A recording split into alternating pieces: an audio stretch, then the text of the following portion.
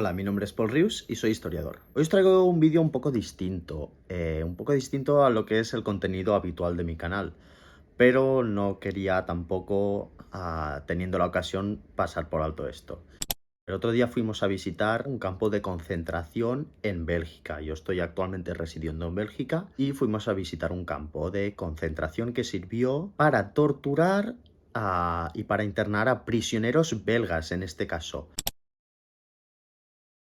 La diferencia entre un campo de concentración, que los nazis denominaban un campo de trabajo, a un campo de exterminio, es básicamente el nivel de mortalidad. Los campos de concentración se usan sobre todo para tener una mano de obra barata, esclava en este caso, y los campos de exterminio son sumamente centrados en asesinar a personas o llevar a cabo un genocidio, ¿no? Claro, te puedes encontrar el caso, y es bastante común, de que en los campos de concentración también hubiera asesinatos, pero en su objetivo no está esta finalidad, a menos a priori. Entonces este campo recomiendo muchísimo ir, es que es muy fuerte, es que está todo intacto, es uno de los mejores conservados de Europa, porque se dejó tal cual, es decir, el campo se instaura en un fuerte que es del 1906, ¿no? En la Primera Guerra Mundial no sirvió de mucho porque al final los alemanes flanquearon por otro lado, pero en la Segunda Guerra Mundial, usando estas mismas instalaciones y como estaba un poco deteriorado, a los alemanes, cuando invaden Bélgica, instauran ahí este campo. Lo que van a hacer es usar a los prisioneros para bajar la tierra, esta tierra ponerla en los fondos y de esta forma que desde fuera no se viera qué había dentro. Me gustaría hacer algunas reflexiones al respecto, ¿no? La primera de ellas es un poco que las víctimas del régimen nazi se han extrapolado solo al Holocausto, pero cabe remarcar muchísimas más, ¿no? Como gitanos, homosexuales, etc. Claro, en este caso es un campo para prisioneros belgas, para prisioneros políticos belgas, izquierdistas, miembros del Partido Comunista, gente de la resistencia, etc. Y choca mucho que sea un campo que la administración fue nazi, fue de las SS, pero había una colaboración de las SS flamencas, ¿no? De las SS belgas. Entonces, o sea que al final choca un poco eso, ¿no? Que también son belgas torturando a belgas y a gente de un mismo país. ¿Qué más me fascina? La ideología nazi, en el sentido de los nazis, como trataban a prisioneros políticos, judíos, etcétera, era básicamente que su lógica era que eran una carga para el Estado no tenía recursos para mantener a toda esta gente, sobre todo también a minusválidos, a enfermos mentales, etcétera, y como eran una carga y no se podían sustentar por sí mismos, ya se podían matar, ¿no? Y se podían básicamente aniquilar. Pero es que dices, vale, me estás vendiendo la moto de que gasta muchos recursos del Estado, etcétera, y tú ves la infraestructura que hay detrás de campos de concentración, campos de exterminio, por toda Europa, y prisiones, guetos, y la enorme cantidad de recursos que se han dejado en eso, y dices, a ver, alguna cosa falla, ¿no?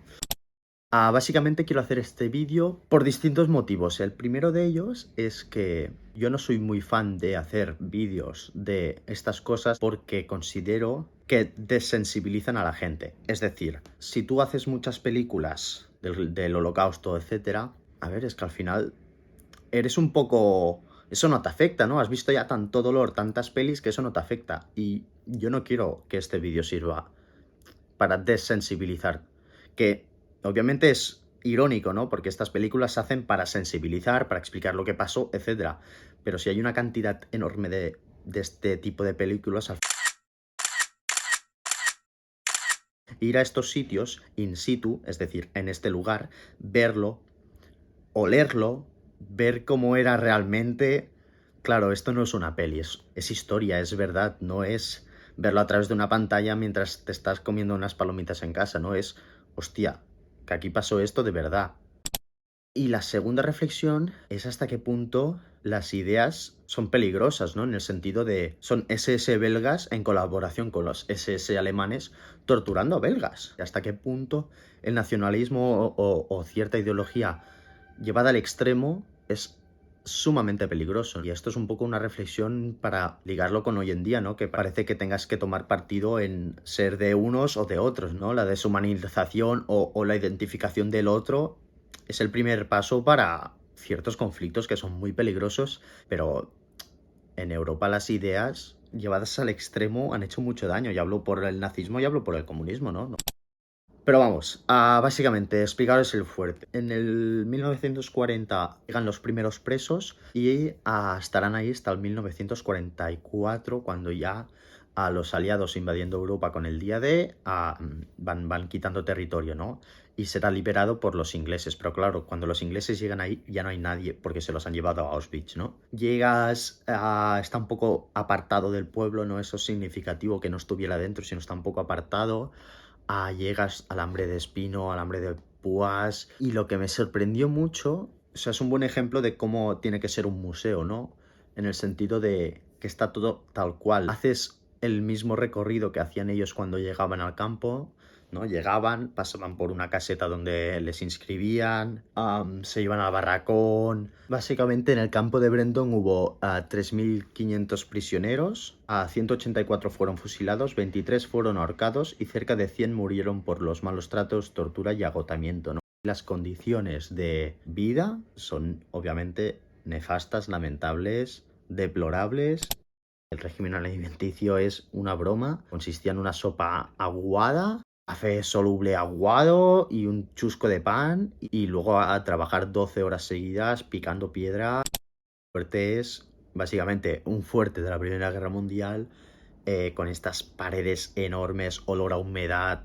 Fijaos, por ejemplo, en esta otra imagen de este pasillo enorme. Aquí tenéis las habitaciones, las camas eran de paja y lo que hacían era, te levantaban a las 5 de la mañana, en un minuto tenías que hacer la cama y tenías que dejarla exactamente rectangular, con las esquinas perfectas, si no, no desayunabas. Imagínate no desayunar. Es parte de los malos tratos de estos prisioneros. De hecho, el campo se conoce por ser uno de los campos de concentración más duros. ¿Quién no era internado aquí? Los que se portaban mal, los que eran más revoltosos. ¿Esos dónde iban? A las celdas. Es que es muy fuerte porque entras ahí y, no sé, te entra un mal en el cuerpo. Aquí estar de pie todo el día, inmóvil, quieto, y si no, ya sabemos más o menos cuál podía ser el castigo, ¿no?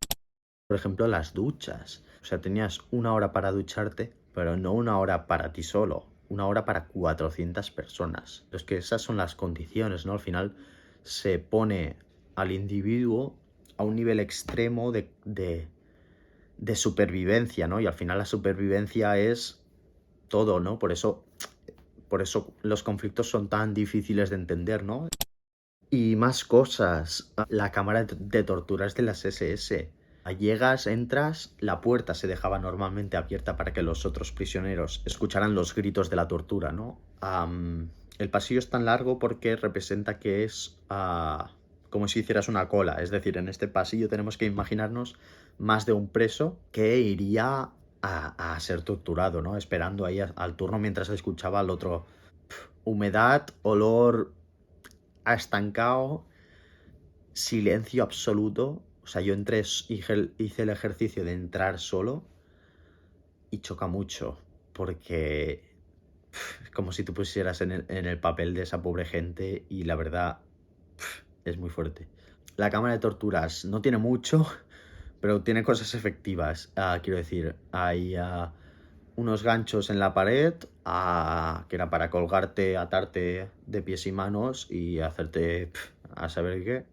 Hay un gancho que cuelga de una cuerda y debajo de ese gancho hay como una pieza de madera, y ahí lo que hacían era atarte como con las manos así y subirte con el gancho, ¿no? Y te dejaban caer y al caer te golpeabas con esa pieza. Que una noche se dejaron a un preso ahí, se olvidaron de él, se lo dejaron toda la noche colgado, llegaron por la mañana, obviamente estaba muerto, y, y que a partir de ese momento se ve que la llave ya se la pasaron al comandante, del plan, hay que tener algo de esto controlado.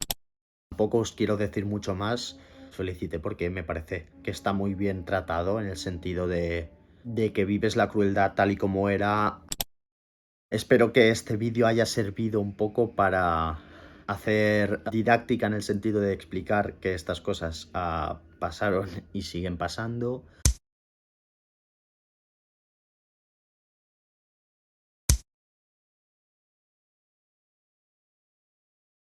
y sobre todo sacar dos conclusiones. La primera, cómo se puede partir del discurso de que esta gente es una carga, es un enemigo para el Estado, no se puede mantener, hay que eliminarlos, y luego hacer una infraestructura despiadadamente colosal para esta finalidad. Quiero decir que al final es para matar a gente. No me quiero ni imaginar, esto ya es un poco historia ficción, lo que hubiera pasado si los nazis hubieran invertido los recursos en estas cosas en otras. Y la segunda reflexión es a lo que os comentaba de las ideas, cómo pueden llegar a ser de peligrosas estas ideas, ¿no? Por lo tanto, daros cuenta que es importante hacer estas reflexiones de vez en cuando para relacionarlas con el presente, ¿no? Y a mí la que me preocupa más, esta diferenciación que empieza a haber entre unos y otros, y que es el primer paso de una escalada conflictiva para crear un enemigo. Y ya os digo, sin pelos en la lengua alguno, ¿eh? Esta relación a mí me gusta establecerla con las ideas de hoy en día, la cultura de la cancelación, el hecho de estar siempre criticando al otro y no criticando a la ideología que es mía, y al final, si no se para, puede acabar en lo que puede acabar, ¿no? Adiós.